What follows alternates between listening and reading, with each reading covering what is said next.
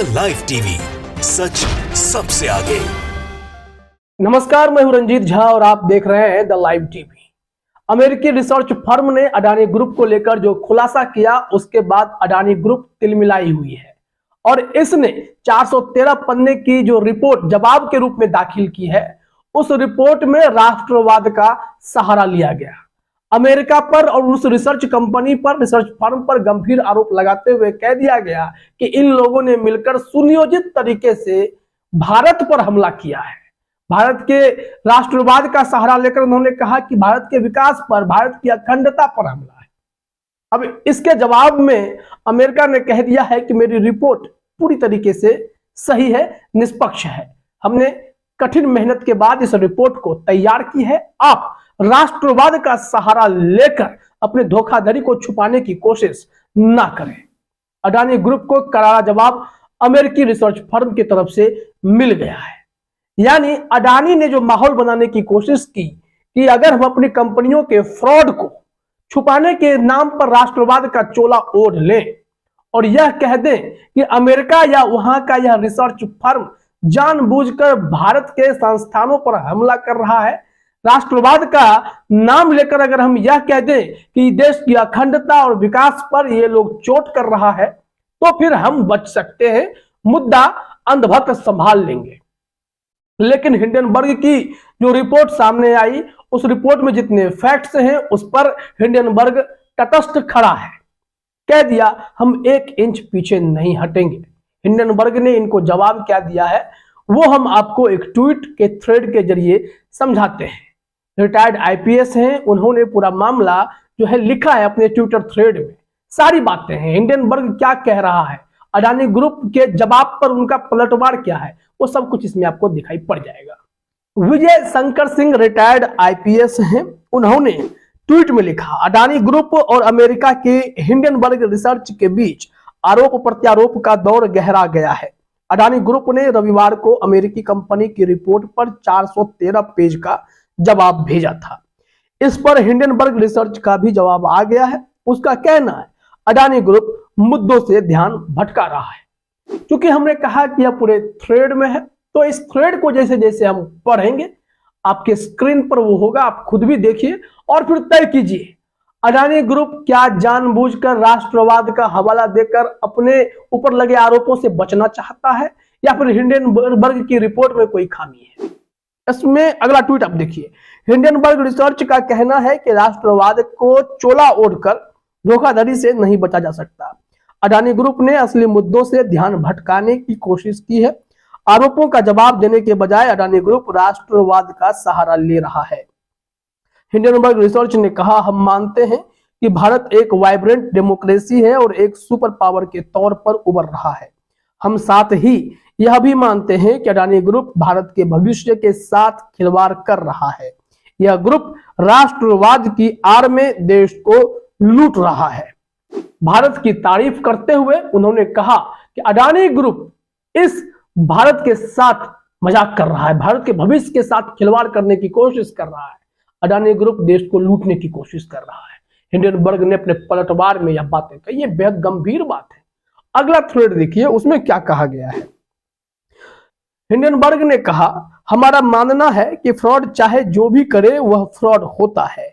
आप इसे देश पर हमला बताकर बच नहीं सकते। हमने अडानी ग्रुप से 88 सवाल पूछे थे, जिसमें से उसने 62 सवालों के जवाब नहीं दिए।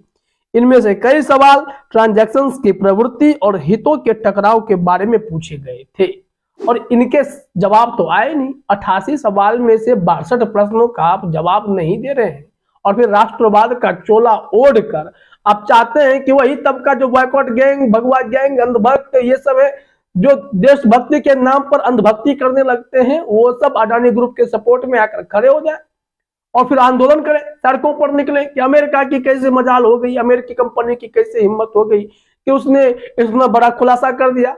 क्या भारत के नागरिकों के आंख खोलने के लिए रिपोर्ट काफी नहीं है? ऐसे रिपोर्ट नहीं आने चाहिए जो सच्चाई बताए कि अडानी ग्रुप कैसे मोदी राज में बीते 8 सालों में दुनिया का नंबर 2 अमीर व्यक्ति में आ गया था, अब घटकर कैसे 7वें नंबर पर पहुंचा, कैसे रॉकेट के स्पीड से नेटवर्थ अडानी का बढ़ता चला गया, इसका जवाब तो कोई तो मांगेगा भाई। और जब इस रिपोर्ट से खुलासा हुआ है तो अडानी के रातों की नींद उड़ गई है, सुख चैन छिना हुआ है। अब ये लोग 413 पन्ने की रिपोर्ट तो बना रहे हैं, लेकिन उस रिपोर्ट में 88 में से 62 सवालों के जवाब ही नहीं दे रहे हैं। तो कर क्या रहे फिर? क्या आपने बताया है? क्या सही जानकारी दी है? सिर्फ और सिर्फ राष्ट्रवाद के नाम पर इतना बड़ा खेल करने से कोई पाक साफ तो नहीं हो जाएगा। और अडानी मतलब तो भारत नहीं हो सकता ना, सीधी सी बात है। भारत बहुत चीज से मिलकर बना हुआ है, सिर्फ अडानी के रहने से भारत नहीं बना। अगला ट्वीट देखते हैं।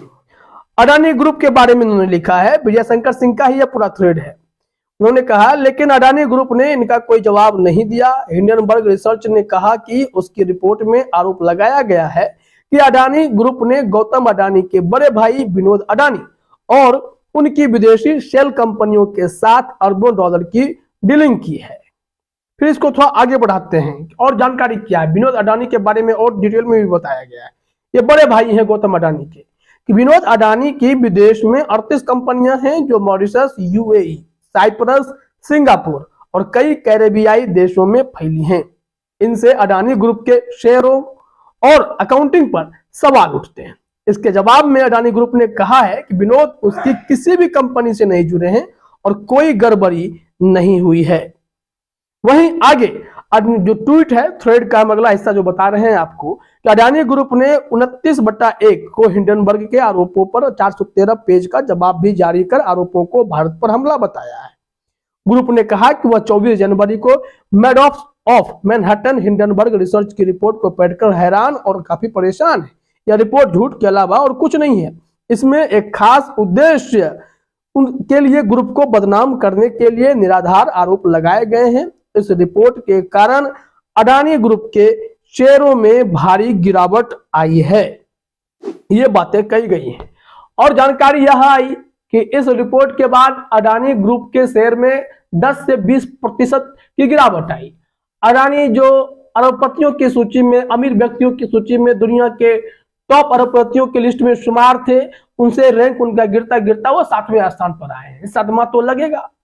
इस वजह से अब चिंता देश के नागरिकों को होने लगी है। दरअसल भारत सरकार की जो व्यवस्थित कुछ कंपनियां थी जिसे बेचने के लिए सरकार आमदा हो गई, एलआईसी का आईपीओ भी आया, एलआईसी हो या फिर एसबीआई हो, इन लोगों ने अडानी ग्रुप में खूब पैसा पंप किया है।